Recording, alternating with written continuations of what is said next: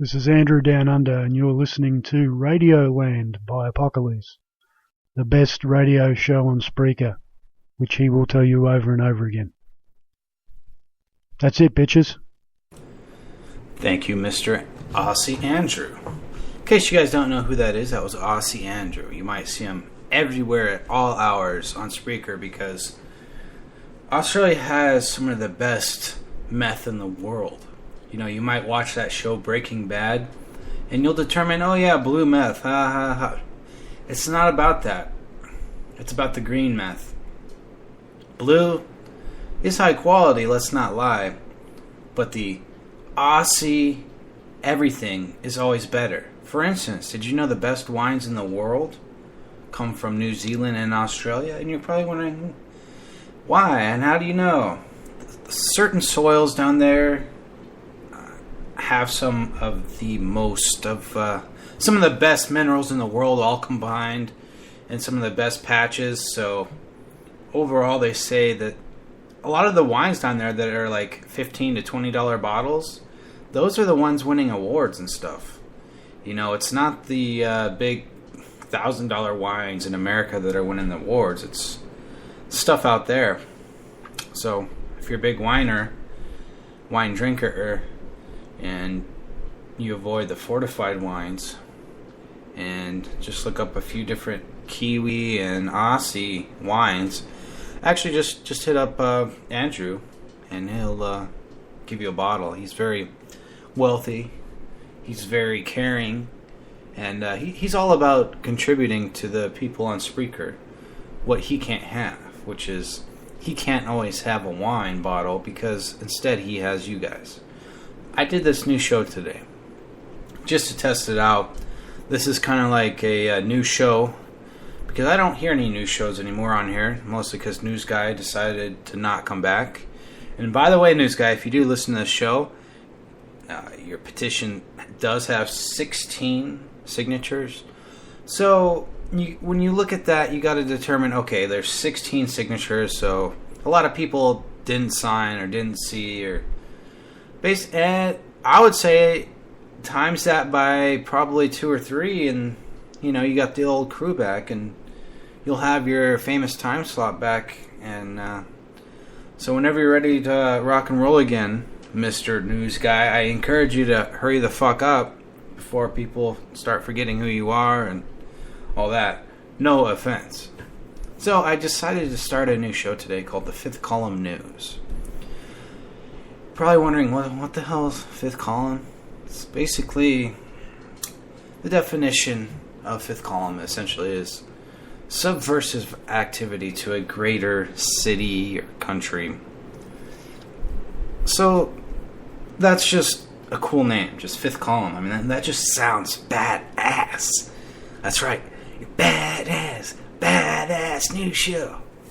So another thing before we start the news. It's come to my attention that people have been getting a little bit mad at me. And this is in part due because I go to any chat I do want to go. And apparently this isn't acceptable to some. So I just want to make it clear. Much like Switzerland, which has a spiritual defensive militia, I am aggressively defensive. So I'm not always on the attack. I don't always go out and... Honestly, you guys do a pretty good job of attacking each other, and a lot of this drama, it's the same drama you guys were talking about essentially 2 years ago, and this is the same drama that you'll be talking about in 2 years from now. So, I'm not saying I'm above the fray, but what I am saying is that I do like to watch, and like a fly, if you see me hanging on the wall, chances are I'm listening for any turd wars about to brew. So it's not a matter of me liking or disliking anybody.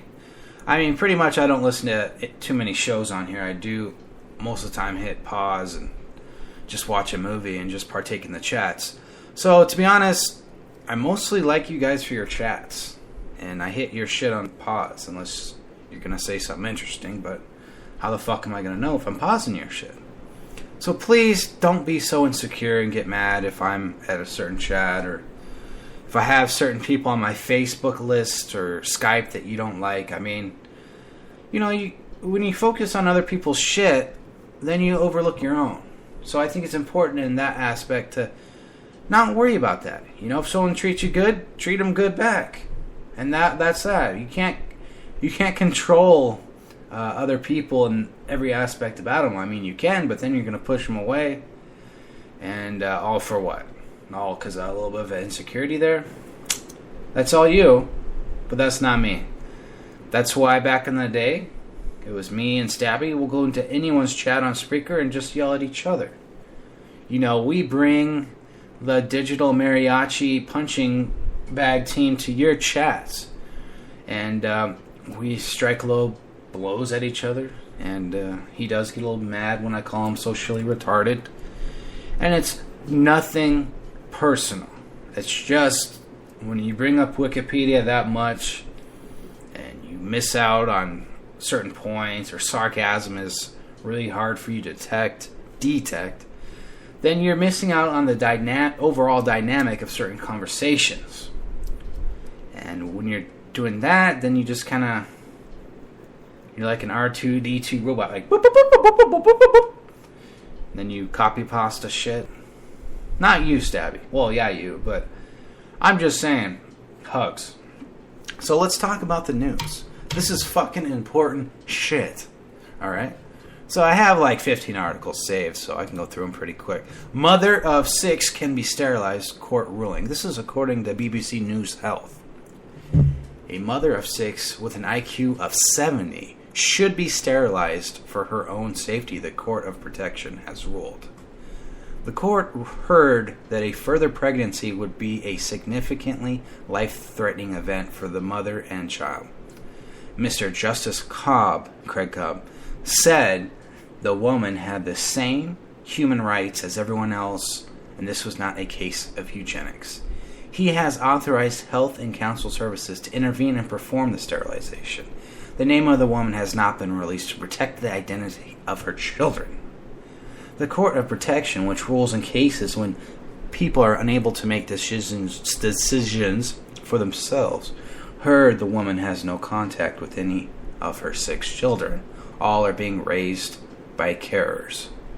So I guess that's foster folks for real countries like America. Fine. 70, that is retarded. That is, and I hate using that term, but let's just cut the politically correct bullshit. And she's having kids. One's gotta wonder who the hell's screwing her. Like, some creepy dude? I mean, the sub-Saharan Africans, I do believe their IQ is low 80s. And, they still live in huts. Meanwhile, the Roman Empire, they had plumbing. 1,500 years ago? Around there, a little further. So, 70 IQ, I mean, and she's had 6. She might not even know she's had 6 kids. So I think this is overall a good decision, because if you don't stop her now, she's just going to keep having those damn kids. Let's see here. Jordanian king quoted Clint Eastwood in vow for revenge on Islamic State. Upon being told of the horrific death of a Jordanian fighter pilot at the hands of the Islamic State, the country's monarch expressed furious anger and promised grave retribution. King Abdullah II was in Washington, D.C. and met with members of the U.S. House Armed Services Committee when the news broke. The Washington Examiner reports the king was so incensed he quoted several lines from the Clint Eastwood 1992 flick Unforgiven. And he said, "There's going to be retribution like ISIS hasn't seen."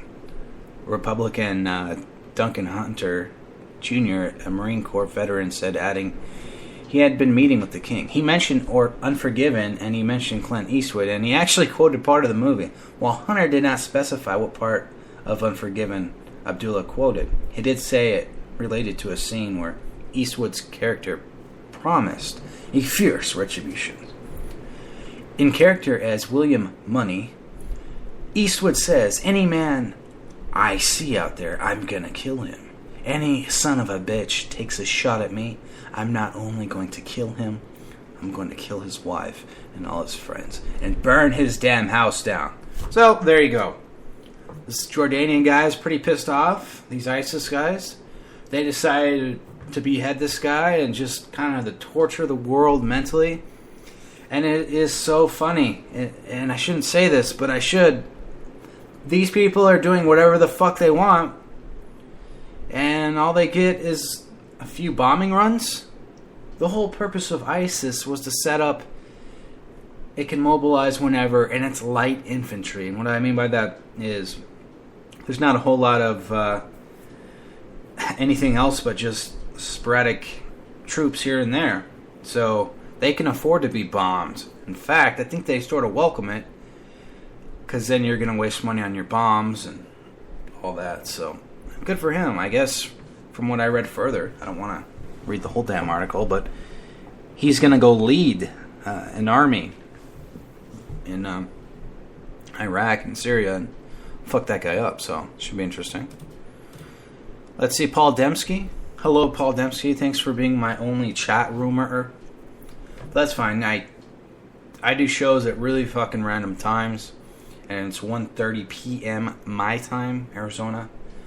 So this would be 3:30 p.m. on the East Coast and 12:30 left coast. So yeah, I just do stupid shows at stupid hours because I'm a stupid fuck. Hey, it doesn't say Nintendo in the hashtag for no reason, even though I'm not talking about fucking Nintendo. That's how isolated I really am. And news from at work news, news.com.au. The workplace of 2040. Mind control, holograms, and biohacking are the future of business. What will the workplace look like in 2040? Imagine remote working via hologram, commuting by jetpack, even controlling your office with your mind. MYOB, MYOB, has released its Future of Business Australia 2040 report, which examines the possible impact of emerging technologies on business and work over the next 25 years. While all manner of business interactions will continue to be formalized, automated, and digitized, the biggest effect will be on what we call the workplace. According to MYOB Chief Technology Officer Simon Rake Allen, driven by the cost of energy and transport, the focus of 2040 will be the suburban village. You will live, work, and eat and learn primarily within walking distance of your home, he writes. Communities will pool their resources. People will trade with neighbors and list skills on local notice boards. Drones will deliver packages between communities, or even coffee and bagel at your current location. First off, I'm going to call bullshit on this. As we have seen in the past, technology doesn't advance at that great level. We are kind of at a stagnation in terms of production. Yes, we do have advances here and there, but a lot of the Western nations are really broke and they can't afford all this. So this is another pipe dream. You know, it's 2015 and we still don't have our flying skateboards from back in the future. You know, unless that's possible, this is all just a pipe dream. The only thing on here that I do see happening is drones delivering shit to people's homes. That I do see that happening. If they can get the drone cost down, then they can just do that. That way, the only repair costs they'll need for drones will be a technician and engineers. They won't need to have all these UPS drivers everywhere. They'll be replaced at some point, I think. So, no, just a fucking pipe dream. See who else is here. Drones delivering bagels. I hope to live to see that. Yes, Paul. Thanks for living the stereotype that you you're Jewish and you like bagels.